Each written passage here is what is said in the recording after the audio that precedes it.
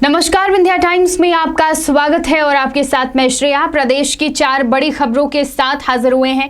पहली खबर की बात करते हैं जो कि प्रदेश भर में बढ़ रहे पेट्रोल डीजल के दामों से जुड़ी हुई है। आपको बता दें कि देश के 9 राज्यों की राजधानियों की तुलना करें तो मध्य प्रदेश की राजधानी भोपाल में सबसे महंगा पेट्रोल और डीजल का दाम है, सबसे महंगा बिक रहा है।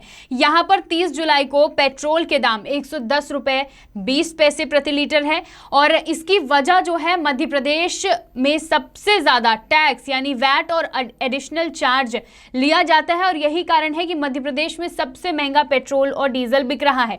परिवहन शुल्क ज्यादा होने की वजह से शहडोल और बालाघाट में पेट्रोल के जो दाम है 112 रुपए प्रति लीटर से ज्यादा पहुंच गया है।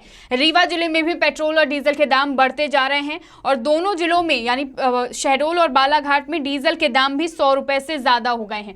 मध्य प्रदेश में पेट्रोल पर जो वैट लिया जाता है वो 31.55 रुपए प्रति लीटर है जो देश में सबसे ज्यादा है और यह जानकारी पेट्रोलियम मंत्री हरदीप सिंह पुरी ने हाल ही में लोकसभा में दी थी।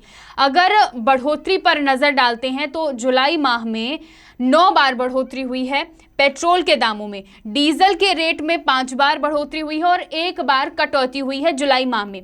पिछले महीने की बात करें तो पेट्रोल डीजल के दामों में 16 बार बढ़ोतरी की गई है। पिछले महीनों की बढ़ोतरी से जुलाई में पेट्रोल 11 रुपए 44 पैसे प्रति लीटर बढ़ा है दाम और डीजल 9 रुपए 14 पैसे प्रति प्रति लीटर डीजल के दाम पिछले महीने बढ़े और इस महीने भी 9 बार पेट्रोल और 5 बार डीजल के दामों में बढ़ोतरी मध्य प्रदेश में हो चुकी है और इससे जनता की जेब पर काफी ज्यादा असर पड़ रहा है। जनता पर भार बढ़ता जा रहा है। लगातार मांग की जा रही है कि महंगाई पर कंट्रोल किया जाए। पेट्रोल डीजल के जो दाम लगातार बढ़ रहे हैं इनको रोका जाए। बढ़ते हैं हमारी दूसरी खबर की ओर। प्रधानमंत्री नरेंद्र मोदी के अखिल भारतीय चिकित्सा शिक्षा कोटे में पिछड़ा वर्ग, ओबीसी और आर्थिक रूप से पिछड़े ईडब्ल्यूएस वर्ग के उम्मीदवारों के लिए आरक्षण लागू करने के फैसले के बाद मध्य प्रदेश में आरक्षण की सीटों में एक बड़ा बदलाव होगा। राज्य सरकार ने मेडिकल सीट में आरक्षण में बदलाव की तैयारी शुरू कर दी है। 27% आरक्षण ओबीसी को और ईडब्ल्यूएस को 10% आरक्षण देने का ऐलान प्रधानमंत्री नरेंद्र मोदी ने किया और उसके बाद प्रदेश के मेडिकल कॉलेजों में व्यवस्थाएं बदलने वाली हैं। ये व्यवस्थाएं कैसी होंगी ये आपको बताते हैं। प्रदेश के 13 मेडिकल कॉलेजों में ओबीसी के लिए सीटें आरक्षित होंगी। कुल प्रदेश में 2035 यूजी और 858 पीजी की सीट होगी। प्रदेश में कुल 2893 मेडिकल की सीट हो जाएंगी और इस लिहाज से 368 सीटों पर ओबीसी को आरक्षण मिलेगा। ईडब्ल्यूएस वाली सीटों पर 245 आरक्षित रहेंगे और मौजूदा नियमों के तहत यूजी की 15 और पीजी की 50% सीटों पर केंद्रीय कोटे से एडमिशन होता है।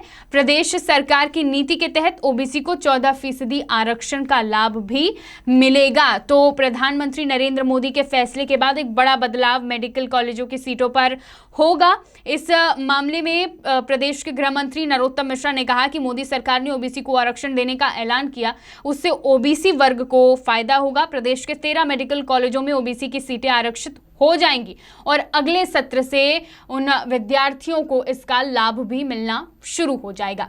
बढ़ते हमारी प्रदेश की तीसरी बड़ी खबर की ओर।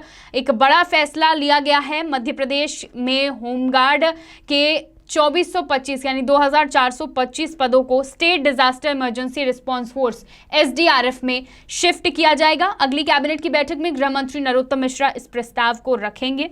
नरोत्तम मिश्रा ने होमगार्ड डीजी को भी जिले में डिस्ट्रिक्ट कमांडेंट के खाली पदों पर कंपनी कमांडर को पद प्रभार देने के निर्देश दिए हैं। आपदा प्रबंधन की समीक्षा बैठक में नरोत्तम मिश्रा ने अफसरों को बेहतर प्रबंधन के लिए एसओपी तैयार करने के भी निर्देश दिए गए हैं। तमाम निर्देश दे दिए गए हैं और अगली कैबिनेट बैठक में एसडीआरएफ की ताकत बढ़ाने के लिए होमगार्ड के 2425 जवान एसडीआरएफ में शिफ्ट किए जाएंगे, जिसका प्रस्ताव अगली कैबिनेट बैठक में गृह मंत्री नरोत्तम मिश्रा रखेंगे। बढ़ते हैं हमारी चौथी बड़ी खबर की ओर, जो कि सीएम हाउस में पहुंची ट्रांसफर की फर्जी नोट शीट से जुड़ी हुई है। आप सभी को यह मालूम होगा कि भोपाल सांसद साध्वी प्रज्ञा ठाकुर के नाम से ये फर्जी नोटशीट और अन्य सांसद भी थे जिनके नाम से फर्जी नोटशीट सीएम हाउस पहुंची। प्रदेश के मुख्यमंत्री निवास पर पहुंची इस नोटशीट में भोपाल सांसद के असली साइन और लेटर की कॉपी कर अनुशंसा कर दी गई और इसमें मैटर से लेकर पत्र क्रमांक जो था वो फर्जी था। 4 बिंदुओं को लेकर यह खुलासा हुआ है, ये फर्जीवाड़ा उजागर हुआ है। मामले की जानकारी के बाद दिल्ली से भोपाल सांसद साध्वी प्रज्ञा सिंह ठाकुर ने क्राइम ब्रांच के एएसपी को इस संबंध में बात बताई है, कार्यवाही की मांग की है। उन्होंने आरोपियों को जल्द से जल्द पकड़ने के निर्देश दिए हैं। अब इस पूरे फर्जीवाड़े में विभागों के कर्मचारियों और अधिकारियों की मिलीभगत की संभावनाएं बढ़ती जा रही हैं। हालांकि अभी तक एफआईआर इसमें दर्ज नहीं हुई है। इस पूरे मामले में साध्वी प्रज्ञा ठाकुर ने कहा है कि उनके यहाँ से कई जरूरतमंदों को अनुशंसा पत्र दिए जाते हैं ताकि उनकी मदद की जा सके, लेकिन उसका भी कुछ एक रूल टाइप में है। सीएम हाउस पहुंचा, जब सीएम हाउस पहुंचा उनका जो अनुशंसा पत्र है वो फर्जी है, वो कैसे समझ में आता है।